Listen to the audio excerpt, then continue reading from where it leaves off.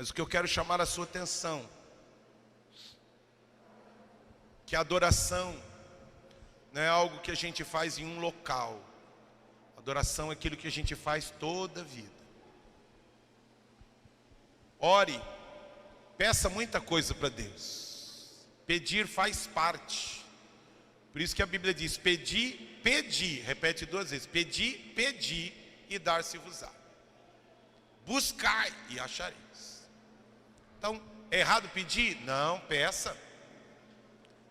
Nós vamos ver hoje que algumas coisas Deus quer fazer para manifestar a glória dele entre os homens, trazer o céu das impossibilidades para a terra. Nós vamos ver aqui daqui a pouquinho.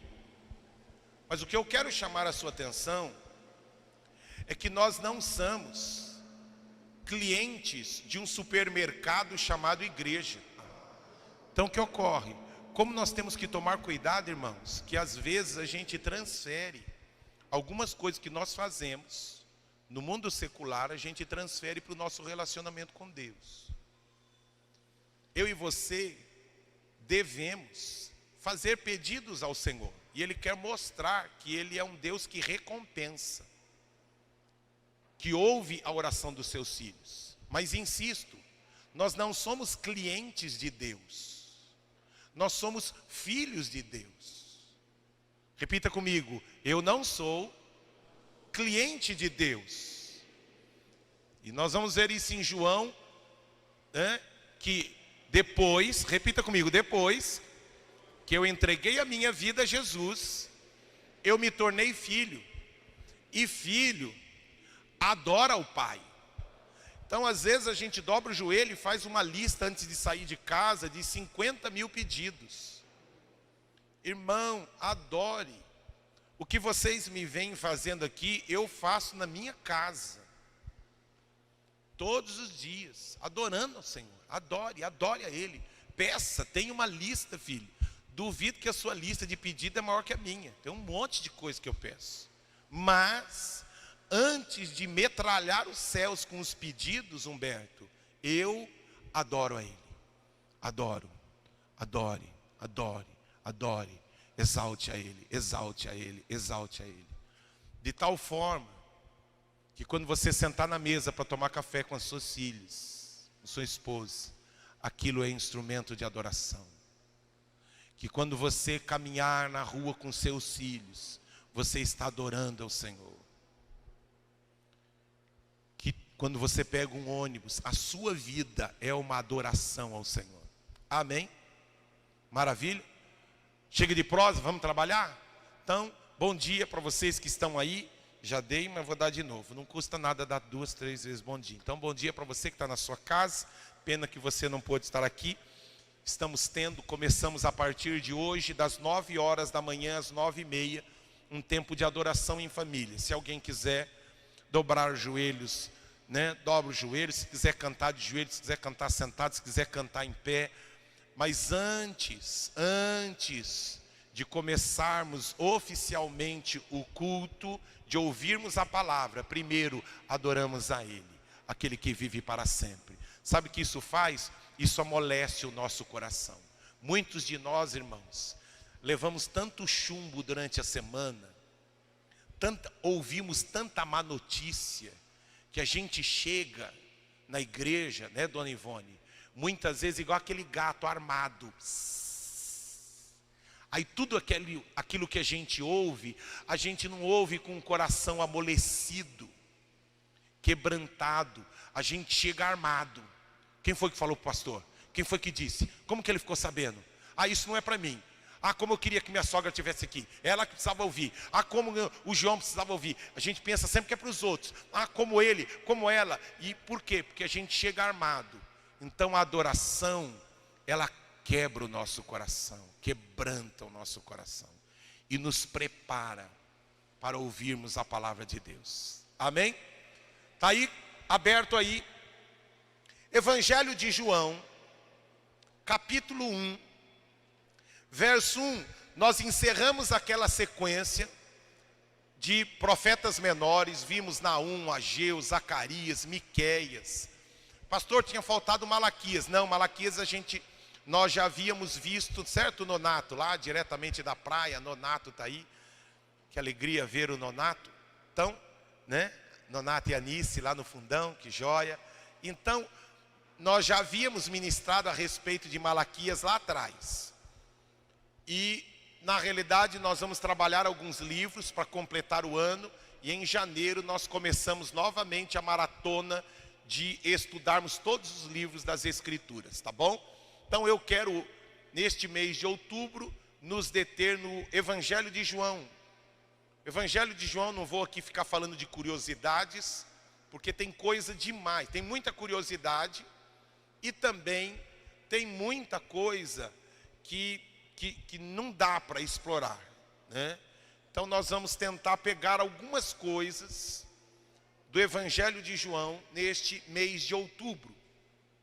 Mas uma coisa interessante, que diferente do Evangelho de Mateus, que Mateus vem tentando mostrar a genealogia de Jesus como homem. Marcos apresenta lá os feitos sobrenaturais de Jesus. O homem fazendo grandes milagres. E nós vemos em Lucas também novamente genealogia. Só que quando a gente olha para João, ele sai um pouco da curva. E ele quer mostrar para mim e para você que a semente é divina. Que a genealogia dele começou, na verdade, nos céus. E olha que coisa poderosa. Está aí com a sua Bíblia aberta. Evangelho de João, nós vamos ler do verso 1 ao verso 18. Se eu não me engano, a projeção que eu mandei é na NVI. Se a sua Bíblia é revista, corrigida, atualizada, né, revista atualizada, vai estar um pouco diferente, mas a essência é a mesma, tá bom? Vamos lá, pode começar. No princípio era aquele que é a palavra. Ele estava com Deus e era Deus. Ó, dá uma paradinha aqui, eu tento ver se leio tudo de uma vez, mas é que vai saltando algumas coisas. Para quem está anotando, primeira coisa aí. Primeira, vamos trabalhar 4 lições neste primeiro capítulo. Primeira lição muito importante. Jesus não era um Deus. Existe uma Bíblia herética por aí, não no meio evangélico, mas não vou aqui porque está transmitindo, não vou mencionar.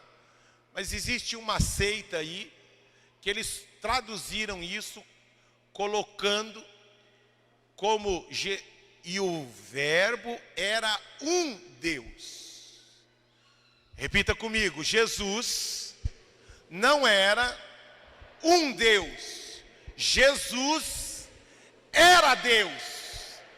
Para nós isso, cristãos, é fundamento, é base, é alicerce. Jesus não era um Deus. Jesus era Deus. É isso que está escrito. Lá no original, neste caso aqui no grego, Jesus não era um Deus. Jesus, ele era Deus. O Deus encarnado. E a sequência do texto, lê mais um pouquinho.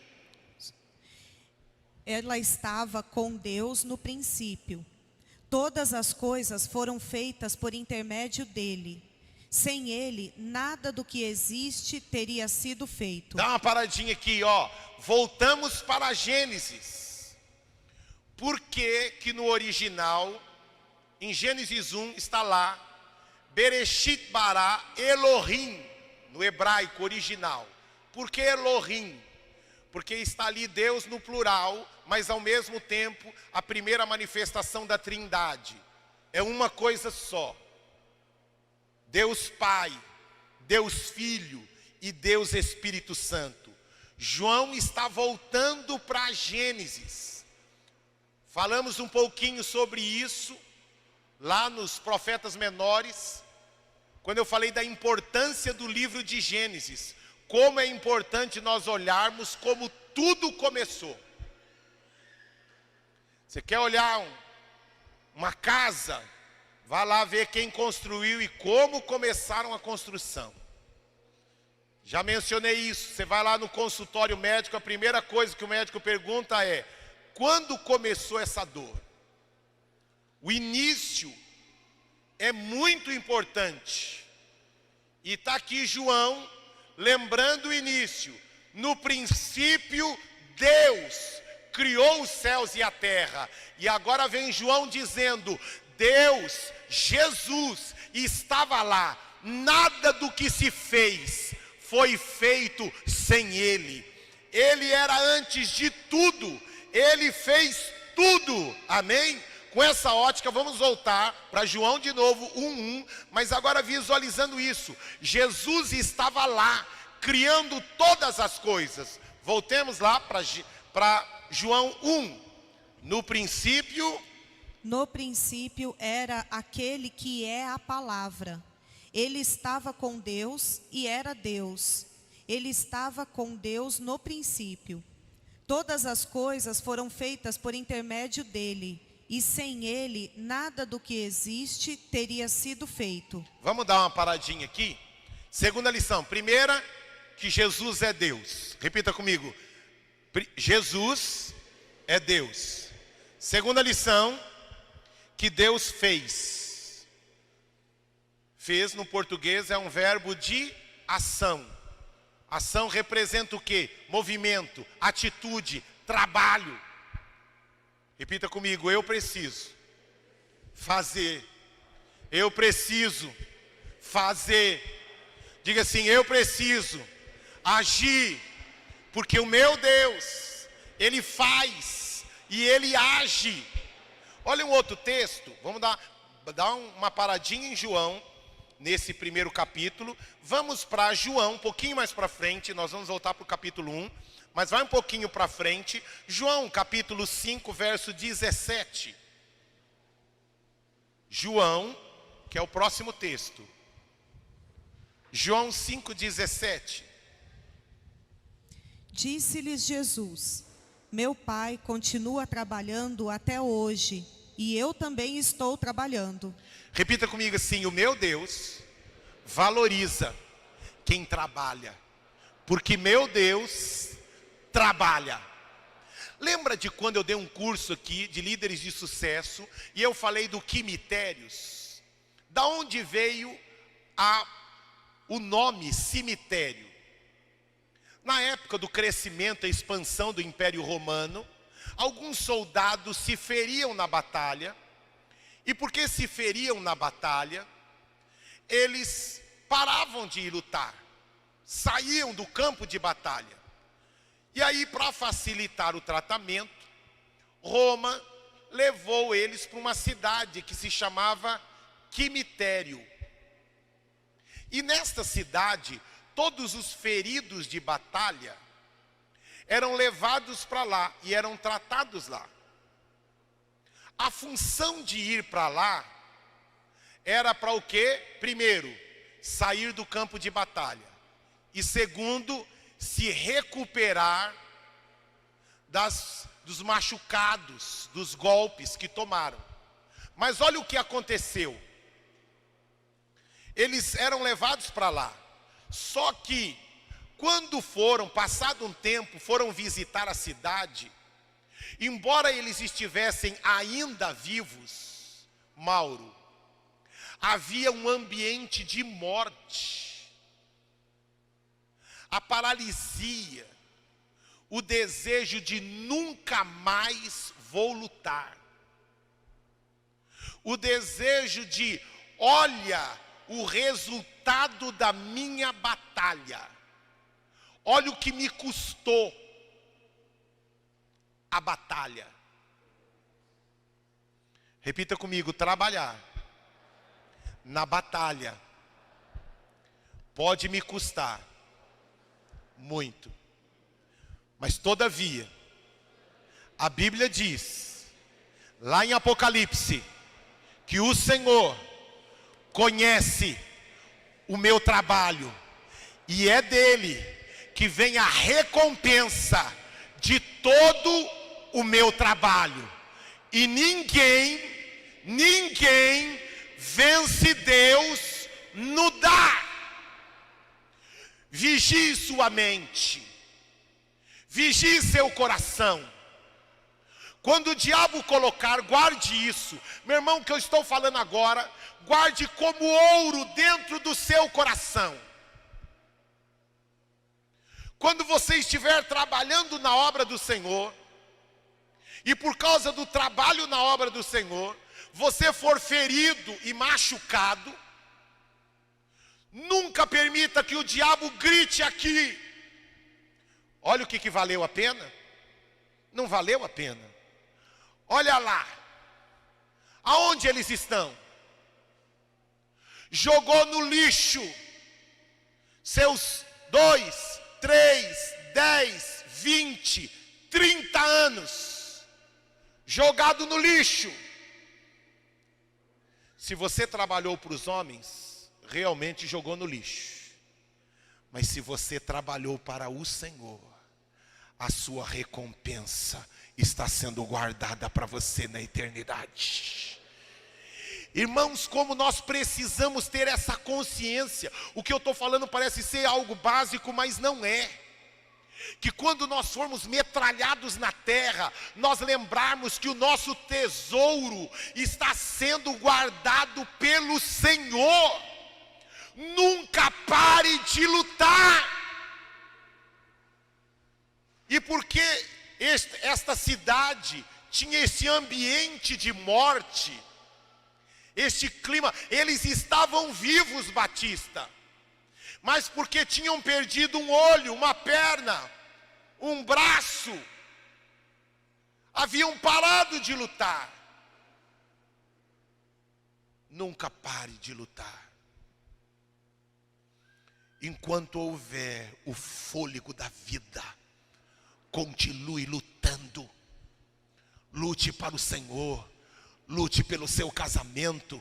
Lute pelos seus filhos. Lute pelos seus filhos. Abraão, porque ele é o pai da fé, ele disse: se Deus matar meu filho, porque a gente usa a expressão enquanto houver vida, continue lutando. Abraão foi um passo além. Se Deus matar meu filho, Ele é poderoso para ressuscitar. Lembra o que ele disse lá? Ele disse para o servo dele: ó, eu e o meu filho logo retornaremos. Ele sabia que Deus havia pedido: vá lá e sacrifica seu filho. Mas ele em fé, e por isso é o pai na fé: ó, nós vamos lá e depois nós retornaremos. Ele disse: se Deus matar meu filho, Ele vai ressuscitar ele de novo. Então deixa eu dizer uma coisa para você. A gente usa muita expressão: enquanto a vida, continue lutando. Continue lutando. Mas ó, tem gente que chegou num nível que ainda que não haja mais vida, ele continua lutando. Lembra quando meu filho, no aniversário do ano retrasado, ele mencionou a experiência de Wigglesworth. Olha que coisa maravilhosa. A esposa de Wigglesworth já havia morrido, já tinha 2 dias. E ele chegou de viagem e só colocaram lá uns produtos nela lá para que ela não apodrecesse, porque sabiam que ele estava retornando de viagem. E quando ele retornou, falou assim: olha, o corpo está lá no quarto, mas sua esposa já morreu, já tem 2 dias. Mas nós sabíamos que você estava voltando. Nós seguramos ela aqui para você se despedir dela. Falei: despedir? Despedir nada. Onde ela está? Está no quarto. Aí pediu para o genro e para um outro amigo do genro: peguem ela, segurem ela na parede. Ele olhou para ela, falou: espírito de vida, volte para ela agora. A mulher na hora abriu o olho. Irmãos, nós vamos ver um pouquinho mais para frente. Nós temos um Deus sem limites. Ela abre o olho, senta na cama, começa a chorar. olhando para o Wigglesworth, e disse para ele: eu não, amor, o meu tempo aqui acabou, deixa eu voltar. Ele: mas eu quero você. Ele disse: não, amor, meu tempo acabou, deixa eu voltar. Mas se você não autorizar, biografia escrita pelo genro de Smith Wigglesworth, se você não autorizar, o espírito de vida não sairá de mim de novo. E o meu tempo acabou. Ele chorou, se despediu dela, ela deitou, ele deu as costas e ela morreu. Irmãos, como eu e você somos chamados para trabalhar para o Senhor. Você não é empresário ou funcionário. Nós não estamos vivendo neste mundo para ganhar dinheiro. Nós estamos vivendo neste mundo para glorificarmos a Deus com todos os talentos e habilidades que nós temos. Todos os talentos e habilidades que nós temos, como nós cantamos, a Ele a glória. Você pode falar, use a sua voz para glorificar ao Senhor. Você não pode falar, use as suas mãos, use os seus pés, use na sua empresa, use seu carro. Tudo que você tem deve ser para o trabalho do Senhor. Nós estamos agora, olha, vivendo, a nossa igreja está crescendo. E olha a quantidade de gente que nós temos. E nós temos uma limitação louca. Nós estamos precisando de gente que atue no som. Nós precisamos de gente que ajude na projeção. Nós precisamos de gente que atue na filmagem, que atue na edição. E falta para nós mão de obra. Olha o tamanho da nossa igreja. E falta para nós pessoas que digam assim, ó, não sei, mas conta comigo. Me ensina que eu vou fazer. Hoje, depois que acabar a reunião, nós vamos ter uma reunião com todo o pessoal que quer ajudar e os que já ajudam. Porque nós estamos com uma lista de 150 pessoas. Só que quando a gente vai ver, dos 150 a gente pode contar com 3, 4. Então hoje, né? Nós vamos tirar todo mundo, apagar a lista do som, apagar a lista de transmissão, apagar a lista de projeção. Como diria o justo, está todo mundo demitido. Tirou todo mundo. E só vai entrar quem falar assim, ó, pode contar comigo. No quê? Aonde precisar. Ah não, ó, eu sei fazer isso. Posso ajudar nisso. Ó, eu tenho facilidade.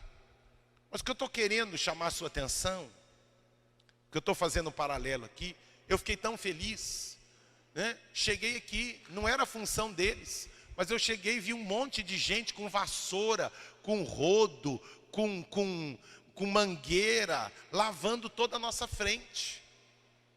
Então, e eu fiquei feliz da vida, vendo gente que está ali, ó, pronta para servir. Pronta para servir. Gente que é empresário, que ganha bem, mas que, ó, entregar minha vida inteira a quem tudo me dá. Irmãos, aqui não tem empresário, não tem doutor, não tem chefe, não tem funcionário. Aqui nós somos todos filhos do rei. Eu me lembro quando eu era pititico, já cantei várias vezes essa música aqui. Trabalhar, o pessoal aí de casa, né? O povo antigo conhece. E orai na seara e na vinha do Senhor. Lembra quem conhece?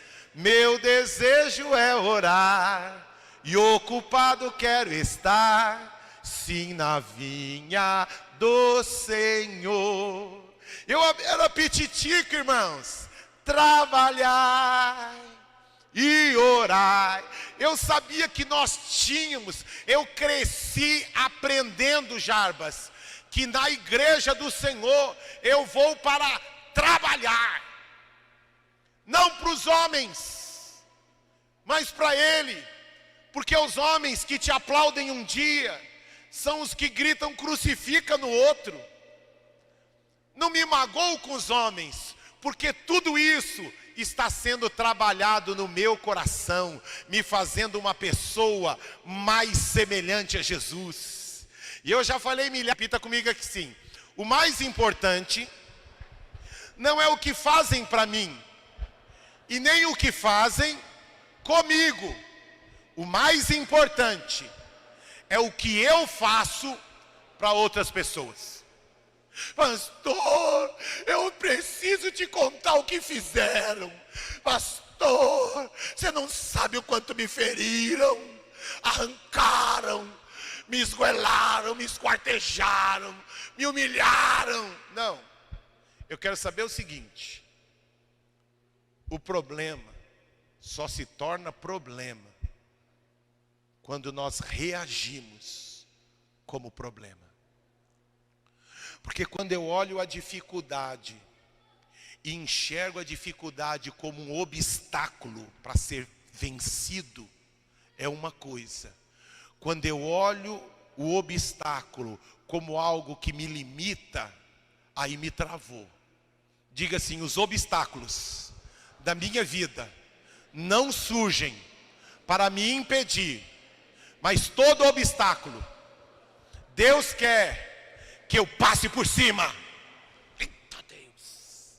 Amém? Diga para o seu irmão: passe por cima do obstáculo. Pule por ele. E se não der para pular, chuta ele. Mas não pare. Amém, irmãos? Por quê? Porque o nosso Deus é um Deus que faz. Lembra, na semana passada eu falei sobre prisioneiro da esperança. Por que prisioneiro da esperança? Não estou entendendo, mas eu continuo crendo. Eu permaneço crendo. Aqueles que hoje vão ter, quem já ouviu o capítulo de hoje da aula do casamento sagrado, vai tratar justamente sobre isso. Nós vivemos uma época, irmãos, onde todo mundo pula do barco por qualquer sombrinha, não precisa ser vento forte, muito menos tsunami. Vocês viram, teve eu não me lembro se foi na Coreia, me ajudem, que teve um barco que foi afundando, e o capitão, filmaram que o capitão foi o primeiro a sair do barco.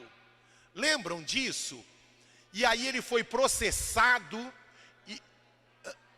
foi na Itália? Isso, ele foi um dos primeiros, o navio começou a afundar, e o capitão foi o primeiro a pular do barco e se salvar.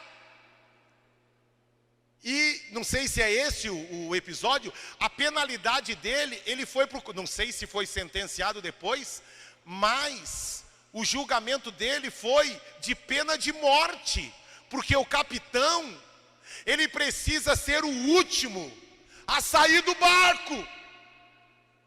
Tem gente pulando do barco com muita facilidade.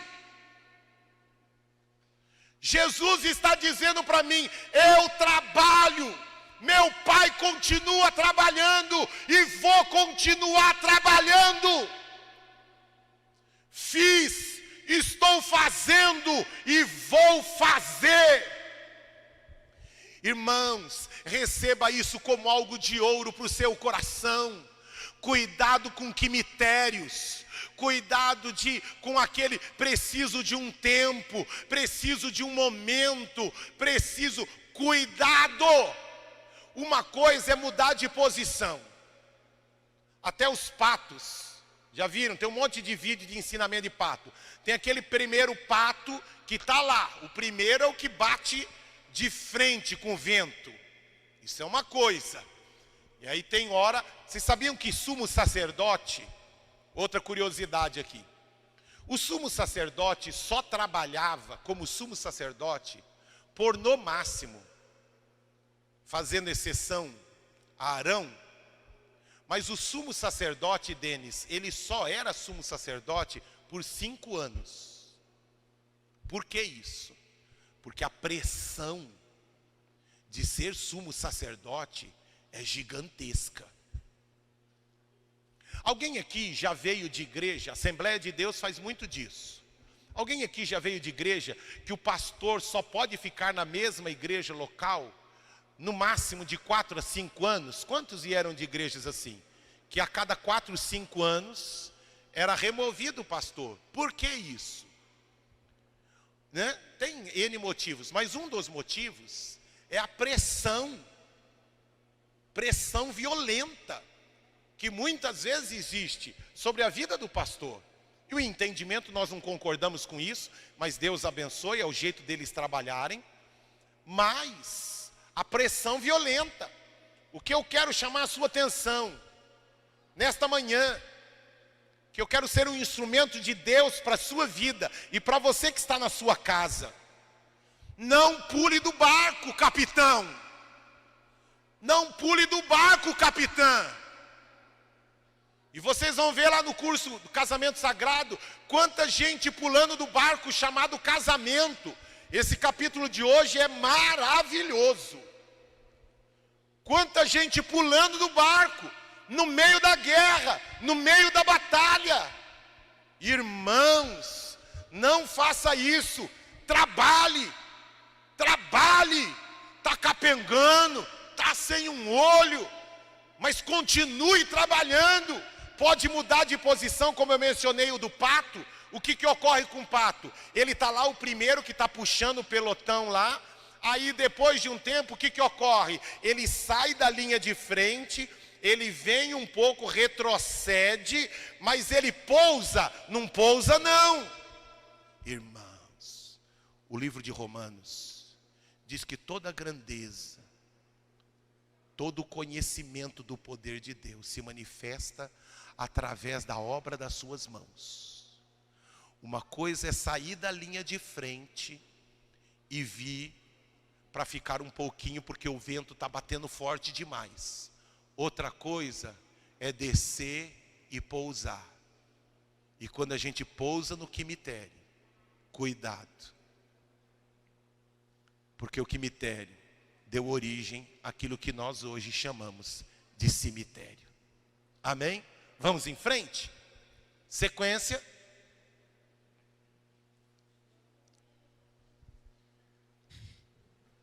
Nele estava a vida. Continua. Nele estava a vida, e esta era a luz dos homens. A luz brilha nas trevas, e as trevas não a derrotam. Surgiu um homem enviado por Deus, chamado João. Ele veio como testemunha para testificar acerca da luz, a fim de que, por meio dele, todos os homens crescem. Ele próprio não era a luz, mas veio como testemunha da luz. Está falando de João Batista. Estava chegando ao mundo a verdadeira luz, que ilumina todos os homens. Aquele que é a palavra estava no mundo, e o mundo foi feito por intermédio dele, mas o mundo não o reconheceu. Veio para o que era seu, mas os seus não o receberam. Dá uma paradinha aqui. Para quem está anotando, terceira lição. Reconhecendo a sua presença. Olha o que está acontecendo, olha que coisa de louco, Maurício. Que o Criador se fez homem e habitou com a criação. Aquele que abriu a boca e disse, haja, e tudo se fez. Olha que coisa de louco, irmãos. Isso havia sido profetizado que ocorreria 4.000 e poucos anos antes. 4.000 e poucos anos esperando que a luz viria aos homens. Construíram o tabernáculo, aonde ele passeava no meio dos homens. Mas a profecia era mantida. Um dia o Messias, o Criador, ele virá. E quando ele veio, o seu povo que estava orando e pedindo. Olha que coisa louca. Eu estou pedindo. Meu pai pediu, meu avô pediu, meu bisavô pediu, meu tetravô pediu. E todo mundo está esperando. O dia chega. E quando chega, eu não percebo. E quando chega, eu não percebo. Irmãos, tem gente que está parado na estação de trem espiritual, aguardando chegar um trem, que o trem, Jorge e Margarete, está estacionado na estação. Mas sabe o que ocorre? Os caras definiram qual teria que ser a cor do trem, o maquinista, o tipo de banco, o tipo de cadeira. Definiram, se não vier um trem desse jeito, não é o trem. Repita comigo assim: Deus não respeita os meus moldes, porque Deus tem os seus moldes e os seus caminhos.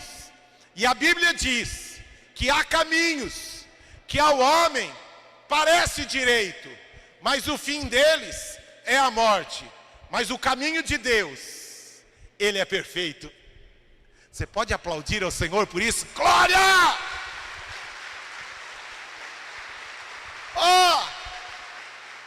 A Bíblia diz: eu vim para os meus, mas os meus não me quiseram, não reconheceram, não perceberam que eu estava com eles. Irmãos, eles não estavam com um homem qualquer, eles estavam com o Criador do universo. Você tem noção? Não é alguém que inventou um carro como Ford, não. Eles não estavam com Honda, não. Eles estavam com aquele que criou o universo. E sabe o que ocorre? O dia a dia, a agitação, ouça aqui. Eu chamei a atenção dos supervisores que trabalham comigo. No discipulado, a minha pergunta era: o que Deus falou com você no domingo passado? Por que isso? Eu pedi, reproduzam com a equipe de vocês isto. Sabe por quê, irmãos? Porque a gente acaba se envolvendo com tanta coisa dentro da igreja, e a gente não percebe, Derek, o Senhor da igreja. Trabalhe. Mas ao mesmo tempo, eu tenho que estar com a palavra de Deus em uma mão e a espada na outra, ou fazendo figura, né? A palavra de Deus numa mão e a pá na outra, que representa trabalho. Enquanto eu estou trabalhando, eu estou ouvindo a Deus. Que nem os irmãos que estão na supervisão amarela. Hoje, correria, pega aqui, é a ceia, para preparar. Normal, tudo bem, mas não consegui aqui por causa do agito, por causa do lugar onde me colocaram. Tudo bem, mas chegando em casa, agora está gravado. Eu vou parar um pouquinho e eu vou ouvir aquilo que eu não consegui. Eu ouvi um pedaço ou outro, mas não com a devida atenção. Por que me preocupa o culto online? Que de cada 10 pessoas, na psicologia a gente chama isso de flow. A gente, como se eu fosse psicólogo. Não sou psicólogo, mas é que eu já li muita coisa. Mas os psicólogos chamam de flow. O que é o flow? É uma atenção concentrada. O que é o laser? O laser é uma concentração de luz. Isso aqui, mas de uma forma, isso aqui consegue, não, mas o laser é uma concentração gigantesca de luz. O que é o estado de flow? É o que a Bíblia diz: aquietai-vos e sabei que eu sou Deus. É parar e ouvir. Qual é o problema muitas vezes do culto online? Né? Eu não vou falar que foi na minha família, viu, irmão? Vocês faz de conta que foi na de vocês. Eu não vou falar que foi na minha família. Mas assim, no meio dessa pandemia toda, teve uma vez que ia ter ceia. A falar, a gente já se encontra toda hora. Vamos, né, Alce? vamos fazer a ceia lá em casa, vai todo mundo lá para casa e a gente faz a ceia em casa. Assistimos o culto online todos juntos e nós participamos da ceia em casa. Aí começa o culto online. Casa do pastor. É um levanta para ir no banheiro, tem alguma coisa na geladeira? Ô, Davis, cadê? Não tem água, não tem suco, não sei o quê. Acabou o morango, não sei o quê. Aí levanta, vai no banheiro. E eu lá, só olhando. Falei, você não vai, o culto aqui, tô na cozinha, mas tô ouvindo. Ah, tá bom. Aí, eu vou no banheiro, mas lá do banheiro eu tô ouvindo também. Onde diria, que crima? Crima zero. Agora, isso porque era a casa do pastor. Então o que eu estou preocupado, às vezes, com quem assiste só online? Uma coisa é você reouvir para pegar alguns detalhes,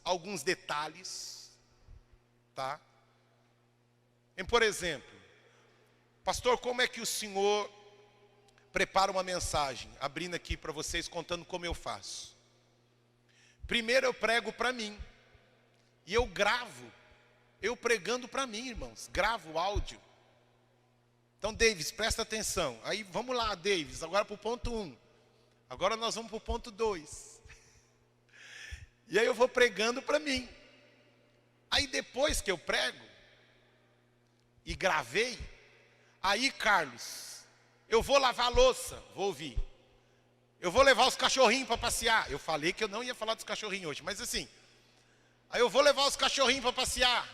Aí eu ponho o fone de ouvido, quando minha esposa não vai comigo, que graças a Deus ela sempre vai comigo. Mas assim, eu estou lá, estou jogando água nas minhas plantinhas, estou lá. Eu estou caminhando, né? Eu vou eu estou ouvindo, reouvindo, de forma que vai impregnando. Porque se isso daqui não for uma verdade primeiro na minha vida, eu serei um demagogo e um hipócrita aqui com vocês. Então, primeiro, eu preciso verificar se isto é uma verdade na minha vida. E vou ouvindo, reouvindo. Então, aonde eu parei mesmo? Vamos lá? Vamos voltar aqui onde eu parei. Contudo, aos que o receberam, aos que creram em seu nome, deu-lhes o direito de se tornarem filhos de Deus. Dá uma paradinha, só tem um negócio aí, voltando ainda para o item 3, reconhecendo a presença. Deixa eu falar uma coisa aqui, se policie nisso, viu? Se policie nisso. Eu vejo alguns de vocês fazendo e eu fico com o coração explodindo de alegria, viu? Alguns de vocês até ainda mantêm um hábito extremamente saudável e maravilhoso, de quando chega na igreja, dobra os joelhos, né? Eu vi hoje uma cena, né? Do marido com a esposa, os filhos, dobrarem os joelhos, e aí depois entrarem para a questão do culto. Parece que não, mas isso sabe o que faz? No nosso corpo, muda a chave. Já falei para vocês que nós vamos colocar, acho que semana que vem ou na outra, vem a porta. Só quer conversar, conversa dali para lá. Mas daqui para dentro, a intenção nossa de colocar uma porta ali, é para que nele as pessoas mudem a chave, Valéria, de não, peraí, vou adorar a Deus, vou cultuar a Deus. Agora tem gente, Margarete, que entra numa coisa tão frenética, e aí a gente acaba virando religioso. A gente vem para a casa de Deus e a gente encontra todo mundo. Encontra o Ayrton, encontra o Marcos, encontra o Tunico que ficou velhinho, né? A gente encontra todo mundo. A gente só não encontra Deus. Agora, misericórdia, Fernando. Nós encontrarmos todo mundo, Marcelo. menos Deus. Tem um cantiquinho que diz lá, né? Eu me encontrei com Jesus e sua luz mudou o meu ser e me curou e me lavou todo o meu ser. Agora completamente, né? Irmãos, o povo da banda aí, prepara aí que nós vamos cantar essa musiquinha daqui a pouquinho, que essa música é poderosa. Deixa eu dizer uma coisa. Deixa eu falar uma coisa para vocês. Como eu e você precisamos ter encontros contínuos com Deus. Encontros que mudam a nossa vida. Encontrar com Deus, insisto, irmãos, cuidado para que a sua força não se transforme em sua fraqueza. Força, trabalhar para o Senhor. Trabalhar, servir a Deus. Fraqueza, quando o trabalho para Deus me envolveu em tanta atividade, e aí eu trabalhando para Deus, me esqueço de que enquanto trabalho, eu o encontro. Eu o encontro. Como eu e você precisamos encontrar a Deus, Marcelo, todos os dias. Um encontro novo. E quanto mais nós nos encontramos, Júnior, com Ele, mais Ele vai removendo coisas nossas e colocando coisas dele. Cada encontro que a gente tem com Deus, Alessandra, Deus vai tirando coisa nossa e colocando coisa dele. Tirando coisa nossa e colocando coisa dele. Por isso diz o cântico, pensei que era a letra da música, mas que eu e você nos encontramos com Deus. Olha que coisa terrível, eu anotei essa frase aqui, A casa de Deus estava sem Deus. E quando Deus veio, eles não o reconheceram. A casa de Deus estava sem Deus. Repita comigo: misericórdia. Eu ser chamado de cristão e ter tudo na minha vida, menos Cristo. Você entendeu o que eu falei? Aquele era chamado o povo de Deus. Eles tinham tudo, menos Deus. Misericórdia. Nós sermos chamados de cristãos, mas não termos verdadeiramente Cristo dentro de nós. E agora vem o quarto e último ponto. Quarto ponto, sequência. Contudo, aos que o receberam, aos que creram em seu nome, deu-lhes o direito de se tornarem filhos de Deus, os quais não nasceram por descendência natural, nem pela vontade da carne, nem pela vontade de algum homem, mas nasceram de Deus. Vamos dar uma paradinha aqui. Olha, irmãos, o texto está falando de algo sobrenatural.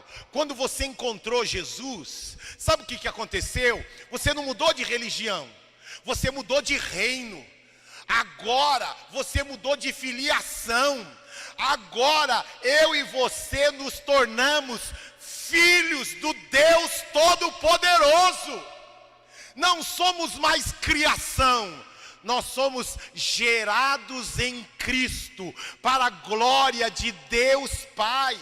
Agora nós não o chamamos de Deus somente, nós o chamamos, como diz o texto, de Abba Pai. Ele é o nosso Pai. E agora precisamos viver de forma sobrenatural. E eu quero chamar a sua atenção, e hoje não vai dar para explorar isso, mas eu quero chamar a sua atenção, que nós reconhecemos que Jesus era Deus pela forma como ele vivia. Ele disse: se vocês não creem naquilo que eu falo, creiam pelo menos nas obras que eu faço. Repita comigo: assim como Jesus foi enviado a este mundo, Ele também me enviou. Vá lá para João, capítulo 20, verso 21. Você, ai, pastor, dá lá João 20, 21. Dá uma puladinha para frente aí na projeção. João 20, verso 21. Pode ler para mim, por favor? Novamente Jesus disse: paz seja com vocês. Assim como o Pai me enviou, eu os envio. Olha que coisa maravilhosa. Diga assim: Jesus me enviou para a Zona Leste. Tem alguém que não é da Zona Leste, assim como eu? Jesus me enviou para Atibaia. Enviou para onde mesmo lá? Para Guarulhos. Mas eu e você, Gui, e todos aqui, precisamos entender que nós não estamos aqui para ganhar dinheiro. Nós estamos aqui para revelar quem nos enviou. Quem nos enviou? Quem enviou você? Quem enviou você? Jesus enviou você. Olha que coisa maravilhosa. Ele disse: tudo que eu faço para que o Pai seja glorificado. E aquilo que vocês estão me vendo, quer conhecer o Pai? Olhem para mim. E agora, irmãos, nós precisamos dizer para o mundo: quer ver a Jesus? Olhe para mim. Diga para quem está pertinho de você: quer conhecer Jesus? Me conheça cada dia mais. Diga para ele. Diga para ele: quer ver Jesus? Olha para mim. Eu acho que foi baseado nisso. Deve ter sido algum crente que tem aquela música: pense em mim, olha para mim, liga para mim. Não tem a música? É de crente essa música?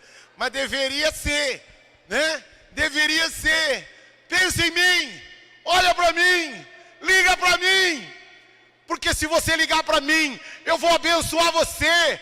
Eu vou abençoar a sua casa. Eu vou abençoar a sua família. Olha, liga para mim. Fica perto de mim, porque quando você estiver perto de mim, você estará perto daquele que me enviou. Você estará perto de Jesus. Olha que coisa maravilhosa, irmãos. Deus é tão poderoso que Ele poderia ter ocultado os erros dos grandes heróis da fé. Por que Ele não ocultou? Para mostrar que eu e você, embora sejamos filhos de Deus, continuamos também sendo homens, sujeitos a errar. Mas se errarmos, temos um advogado e um sangue que nos purifica de todos os pecados. Eles erraram. Pode aplaudir ao Senhor por isso. Glória! Glória! Ó, 3 níveis de perdão.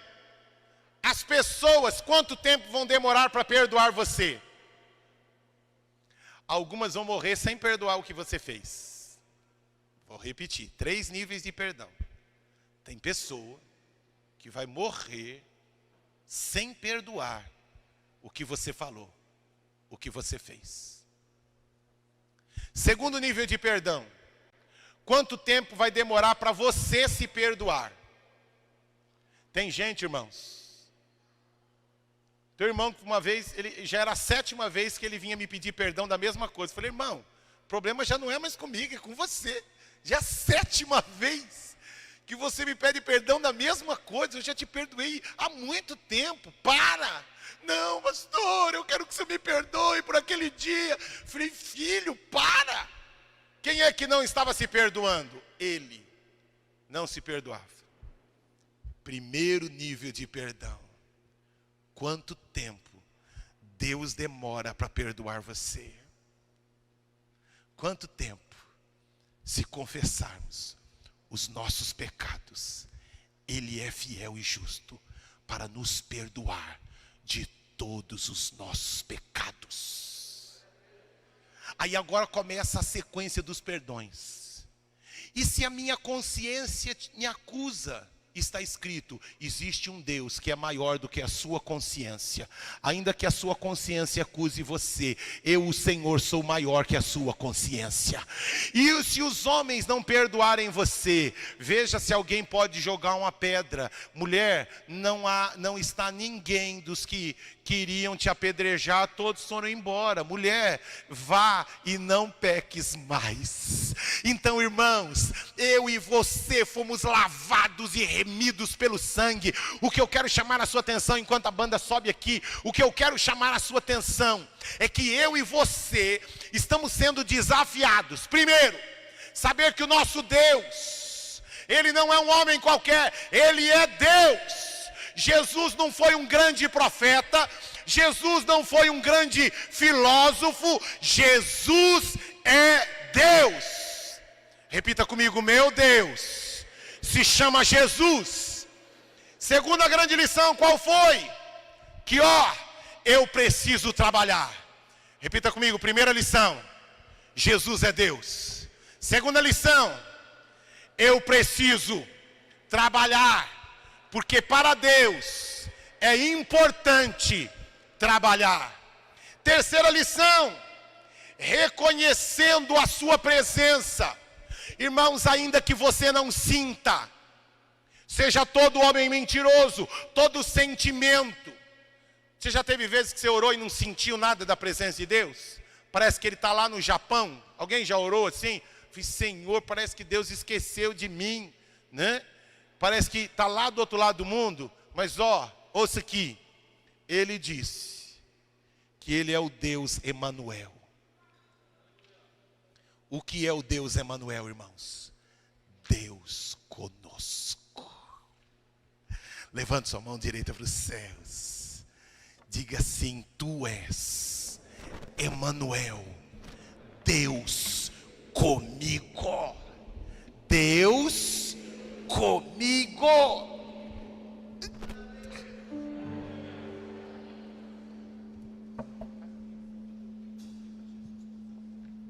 Como eu e você. Esta foi a reconhecendo a presença dele. E a quarta coisa, tem a vida natural e a vida sobrenatural. Olhe para mim aqui, porque isso é uma advertência para todos nós. Alguns de nós, irmãos, estamos vivendo uma vida bonitinha, cheirosinha, engraçadinha, Neno. A gente é gente boa. A gente é gente boa.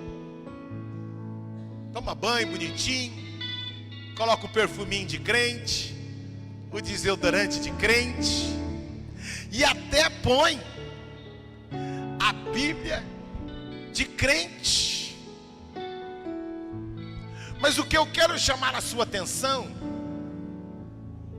que Jesus desafiou eu e você a vivermos uma vida sobrenatural. Ele é o Deus das impossibilidades. E Deus tem prazer em fazer o impossível, aquilo que ninguém acreditaria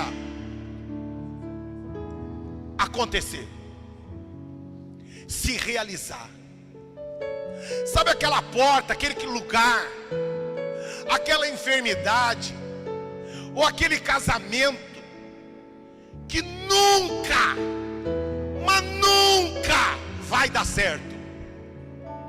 Ela nunca, ele nunca. É nesta hora que Deus mostra que quando eu e você nos encontramos com Ele, Deus quer fazer o sobrenatural acontecer. O que eu quero chamar a sua atenção, aquele que tem ouvidos para ouvir, ouça o que o Espírito diz a nós aqui. Que alguns de nós estamos nos acostumando com uma vida ajeitadinha. Só que Deus, Cássia, não quer uma vida ajeitadinha. Deus quer que a minha e a sua vida, as pessoas olhem e digam assim: nossa, só Deus. Nossa, só Deus. Eu sei o quanto aquele cara mentia. Eu sei o quanto ele quebrava promessas. Eu sei. Eu conhecia aquele cara. Eu conhecia. Eu sei o quanto ele roubava, o quanto ele enganava, o quanto ele era um homem sem palavra, um homem que não tinha integridade. Porque, irmãos, quando nós encontramos Jesus, coisas sobrenaturais começam a acontecer na nossa vida. Aquele que mentia não mente mais. Aquele que roubava não rouba mais. Aquele que traía não traía mais. Não é porque falaram para ele não trair, não é que falaram para ele não mentir, mas é que ele encontrou Jesus. E quando eu encontrei Jesus, alguma coisa aconteceu dentro de mim. Agora eu ando de forma sobrenatural. Agora eu vejo coisas que o homem natural não vê. Agora eu ouço coisas que o homem natural não ouve. Irmãos, alguns de nós estamos tornando o cristianismo uma ciência exata. Só que cristianismo não é uma ciência exata, irmãos. Quem mais tomou paulada de Jesus eram homens que conheciam a Bíblia 10 vezes mais do que eu e você. Os fariseus, ouça aqui, o fariseu recitava a Torá, o Pentateuco todinho. Tem alguém aqui que sabe e recita de cor Gênesis, Êxodo, Levíticos, Números e Deuteronômio aqui? Todo fariseu falava o Pentateuco inteiro.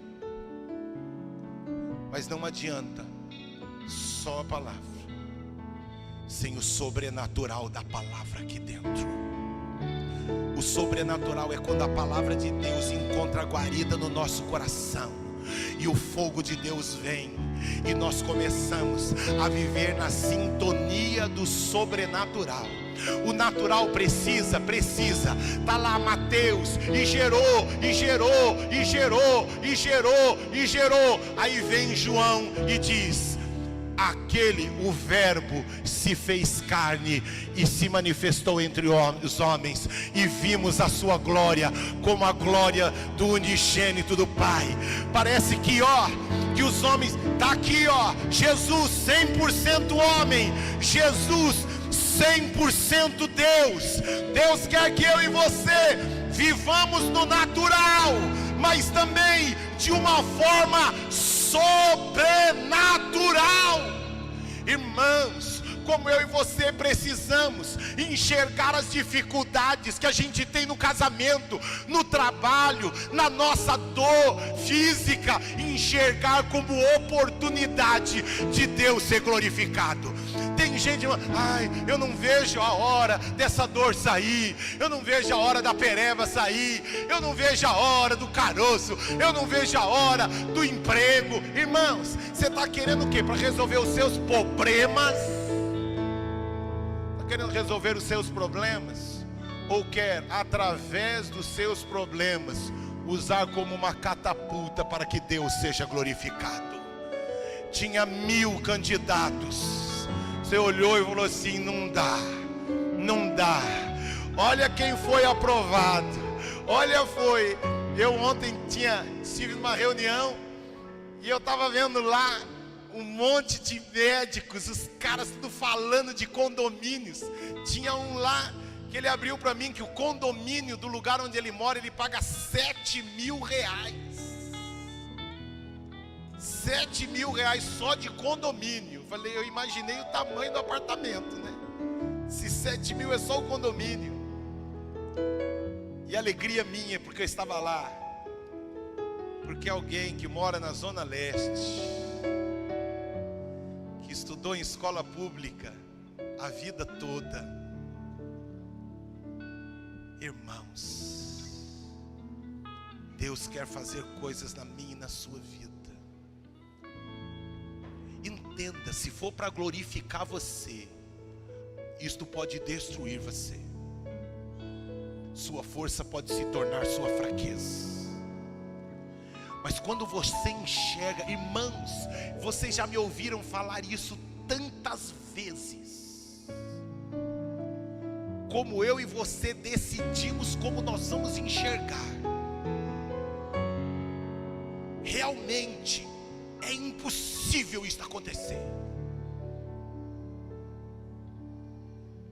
Mas para que Deus seja glorificado, põe a tua mão, Senhor. E naquele dia eu direi: foi Deus quem fez.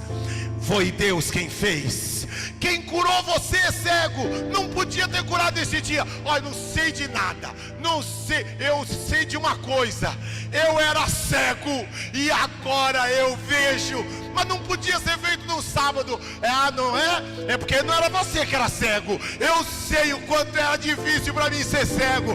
Eu sei que um dia eu encontrei alguém que fez algo sobrenatural na minha vida.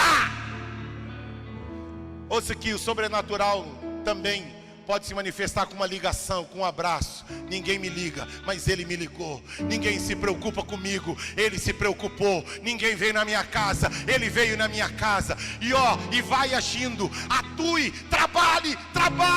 Deixa, como diz os assembleanos, deixe Deus te usar, vaso. Se não, vaza daqui. Deixa Deus te usar. Deus pode usar você. Deus pode usar você. Deus pode usar você. É mesmo? Então vamos ficar todos de pé. Ouça aqui, você que está em casa.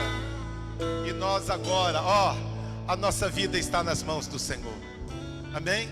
Pega seu celular na mão. Pega seu celular na mão. Aqui tem muitos contatos, é amigos, é fotinho do Face.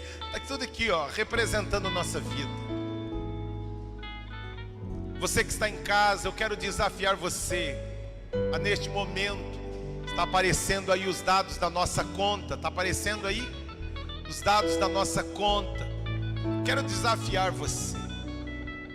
Nós entregamos os nossos dízimos e as nossas ofertas porque cremos que a nossa vida não está nas mãos da nossa empresa, nem dos nossos clientes e nem dos nossos fornecedores. A nossa vida está nas mãos de Deus. E nós temos aprendido que aquele que obedece, as janelas do céu se abrem. Deus cuida da gente. Irmãos, eu tenho uma empresa, tenho muitos clientes.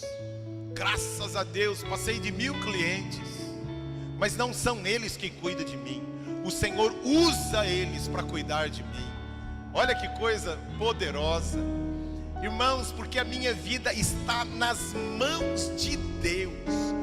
Quando nós entregamos o nosso dízimo e a nossa oferta, nós estamos declarando a nossa total dependência dEle, por Ele e para Ele. Entregar dízimo e oferta exige fé. E a Bíblia diz que sem fé é impossível agradar a Deus. Porque é necessário que aqueles que se aproximam dEle creiam que Ele é galardoador, que Ele é recompensador. Viu? E por isso que nós entregamos. Deus tem usado tanta gente para abençoar este lugar.